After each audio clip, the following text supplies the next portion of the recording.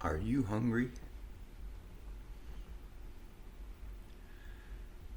The Lord is my shepherd, I shall not want. No weapon formed against me shall prosper. And the peace of God will guard your heart and mind in Christ Jesus. Though 1,000 may fall at your side and 10,000 at your right hand, no harm will come near you. By his stripes I was healed. Peter prayed and prayed. He diligently kept his quotes word perfect and intentionally set himself on believe mode no matter what results he was seeing. God said it, I believe it, that settles it, was what he was constantly training his mind to rest on. And he needed every minute of every quote to get through the challenges he was in the middle of. A mysterious shoulder injury threatened to end his 20-year career as a home builder, with no other prospects in sight. A misunderstanding over a house contract may end up in court, costing thousands of extra dollars on a job that had already lost money. And one of his daughter's complaints of a headache that keeps coming back has lined her up for a battery of tests that could reveal who knows what. But even though these needs were by far the biggest that his family has had to weather at any one time, God was still pretty active in their lives. They were seeing many answers to prayer, just not the biggies. And when, though hardships threatened their lives from many directions, they still laughed and prayed and tried to trust God together. Probably the hardest times were at night, when absolutely nothing could be done about anything. That's when it weighed the most. And try as he might to cast all his cares upon him, for he cares for you, sleep often came little and late. But tonight, as he recited his favorite scriptures, he fell into a dreamlike state. Not sleep, but more of a conscious unconsciousness. Peter saw himself standing on a pretty long line. It was for a famous restaurant that was advertising a meal that would satisfy hunger forever.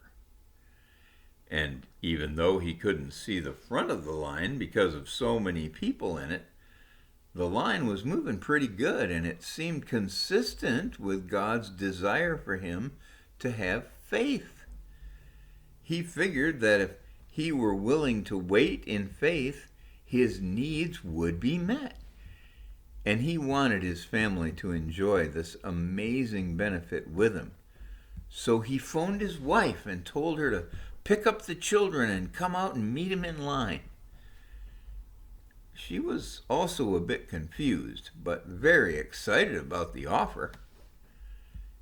As he got closer to the front of the line, he could see the restaurant in full now, all lit up in celebration mode, as people laughed and danced in front, so ready for their turn to go in and be done with hunger forever. Off to the side, there was a very curious sight. Barely visible at all, it seemed to be another restaurant that had fallen on hard times. The fact that it appeared to be at all but closed wasn't odd. It had obviously been put out of business by the miracles happening next door. The odd part was the one old car parked in the lot and the lit open sign over the front door, promising nothing else. Peter was getting a little restless as his line stalled a bit. Probably some large parties that needed more seating, he thought, thankful that his family hadn't gotten there yet. And it was then that a strange thought occurred to him. If I wouldn't lose my place in line, I'd love to check out that other place next door. I wonder what's the story with them staying open, his mind mused. So he made an agreement with the family behind him that he'd be right back and they'd let him back in line into his spot. He kind of trotted next door and went up to the order counter in the front. "Anybody home?" he called out just as an old man stepped out from the kitchen. Yes, I am home," chortled the old man. "The food here is the best you've ever tasted. What can I get you?" "Well, I wasn't planning to order because I'm in line next door, but I was curious about how and why you're still open." And with that question asked, the old man brought out a platter of fish tacos and told Peter his story. And one story led to another as they laughed and pondered life together for over an hour. "Whew!" exclaimed Peter as he got ready to excuse himself. "This has been so fun, but I'd better be getting back to my line." "Well, thanks for hanging out for a while," the old man said in parting. "I hope you get everything you're hoping for." As Peter headed back to the next door, his wife and children texted that they had just gotten there. He told them where to meet him, and as they arrived, he looked for the family that had been saving his place. He couldn't find them anywhere. Nobody in line looked remotely familiar, and he kicked himself at the thought that he'd stayed too long next door. "I am so sorry," he told his wife. "I guess we'll just have to start over at the back of the line." And as they kind of trudged the long distance back, he explained the offer that made the whole wait worthwhile. Now, instead of jumping past the boring parts, as dreams so often do, this one took a contemplative turn when Peter's wife asked him, "What do you think is the real story with the place next door?" I don't know. Old owner, paid off restaurant, nothing really to lose by staying open a few days longer," Peter ventured.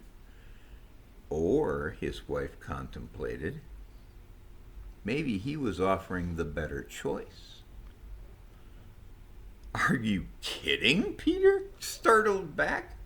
"Better than never hungry again?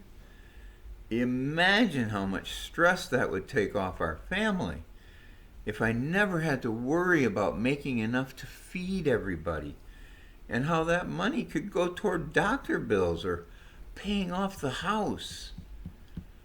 "Oh, sweetheart," she sympathized. "I never knew how much that stressed you out. I'm so sorry you've been going through all that. You always looked like you were totally trusting God." "I've been trying," he said, kind of collapsing in her arms. "But all this other stuff that's been hanging over our heads makes it hard to keep waiting for God to break through." "But he's been breaking through all along," she reminded him. "We just finished your best year in business ever, and even though expenses were much higher, God totally provided for them in advance. My sister got healed of that horrible disease when the doctors gave her no hope. You found an amazing deal on a new truck just when your old one broke down for good. The new friends our girls made at church, that blessed trip to Florida, and those chunks we've been able to give to feed the orphans in Pakistan and to save those girls from slavery. God's actually had kind of an all-star year in our family," she concluded with kind of a fireworks finish. "Wow, you're totally right," Peter began to come out of his fear fog. "And what's more, if the people in this line get everything they were promised, they'll see their supplier one time. and beyond their own from then on. No more time spent together, no more laughing together, no more pondering life over a meal together, no more family together. So let me get this straight, Peter clarified. You think it's better to be in need than to have no need because you get more time together with God? And you think it's better to keep having to come back for more because if we weren't hungry, we'd never go back even though every time is so great? We forget that? Wow, again, Peter finally caught up to her thinking. I had the best time hanging out with that old man. It was like I was with my dad again. And come to think of it, those were the best fish tacos I ever tasted.